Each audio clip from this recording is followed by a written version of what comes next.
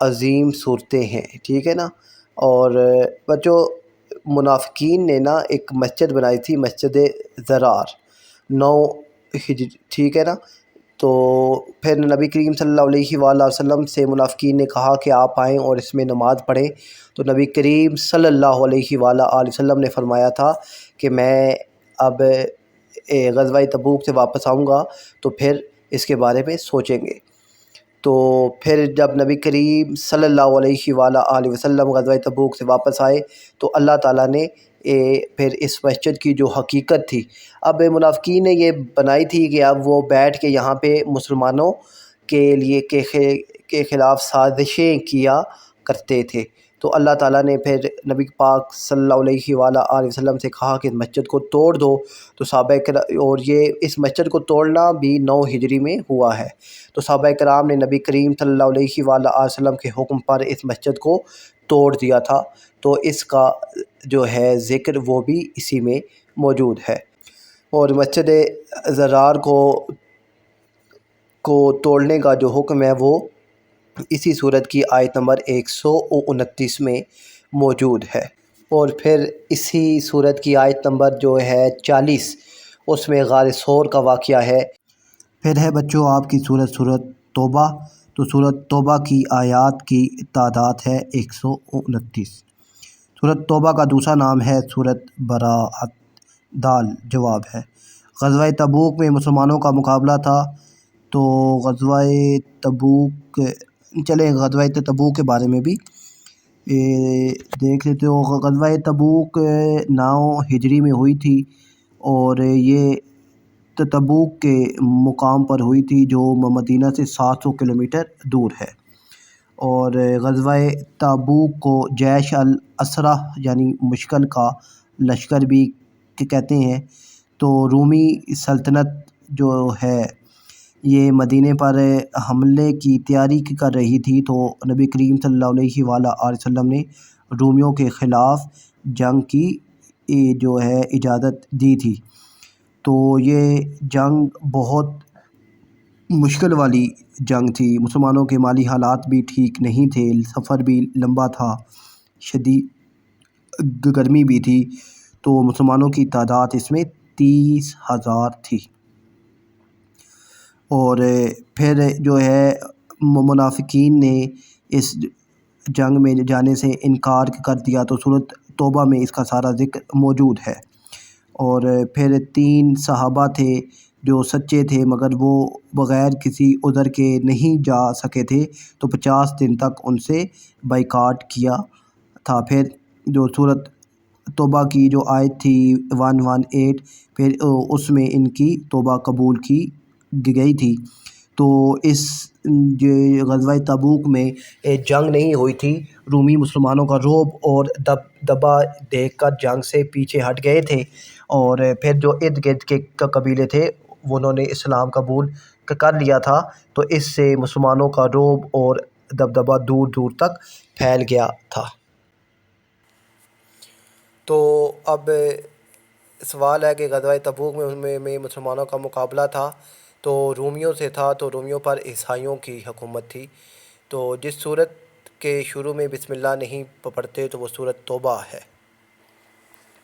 5 ہے بچوں، صورت توبہ نازل ہوئی تو غزوہ تبوک کے بعد نازل ہوئی تھی، بے آپشن ہے۔ غزوہ تبوک میں مسلمانوں کا ہدف تھا رومیوں کا لشکر۔ اور 7واں ہے، مسجد کی تعمیر اور نگرانی کے لیے شرط ہے، تو الف ہے ایمان کامل۔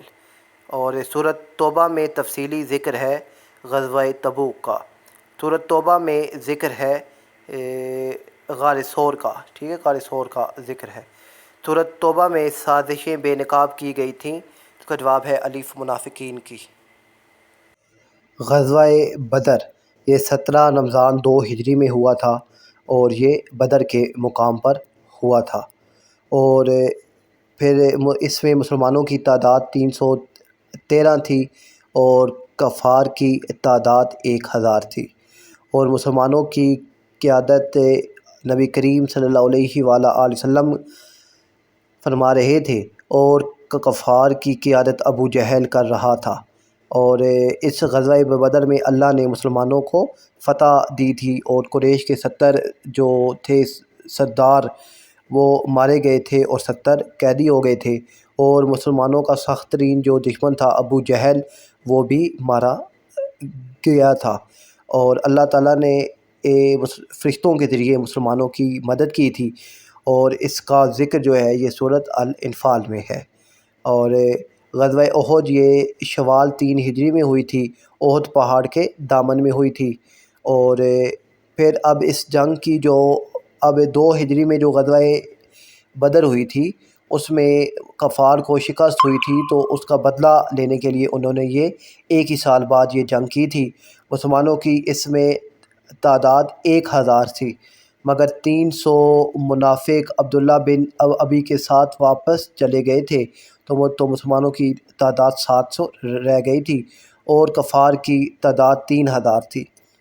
اور اس جنگ میں بھی مسلمانوں کی قیادت نبی کریم صلی اللہ علیہ وآلہ وسلم فرما رہے تھے، اور کفار کی قیادت حضرت ابو سفیان جو اس وقت تک مسلمان نہیں ہوئے تھے وہ فرما رہے تھے۔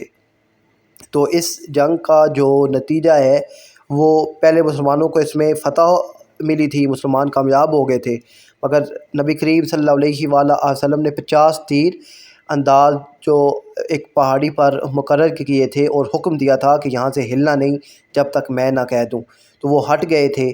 تو پھر حضرت خالد بن ولید جو اس وقت تک مسلمان نہیں ہوئے تھے انہوں نے کفار کو ایک گٹھا کیا اور مسلمانوں پر دوبارہ حملہ کر دیا، اور اس سے مسلمانوں کو بہت زیادہ نقصان ہوا۔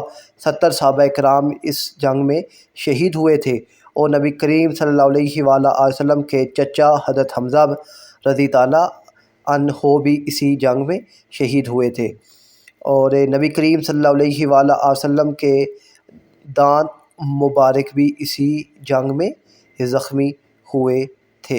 اور قرآن مجید کی جو ہے سورۃ آل عمران اس کی آیت نمبر 121 اور 180 میں اس کا ذکر ہے۔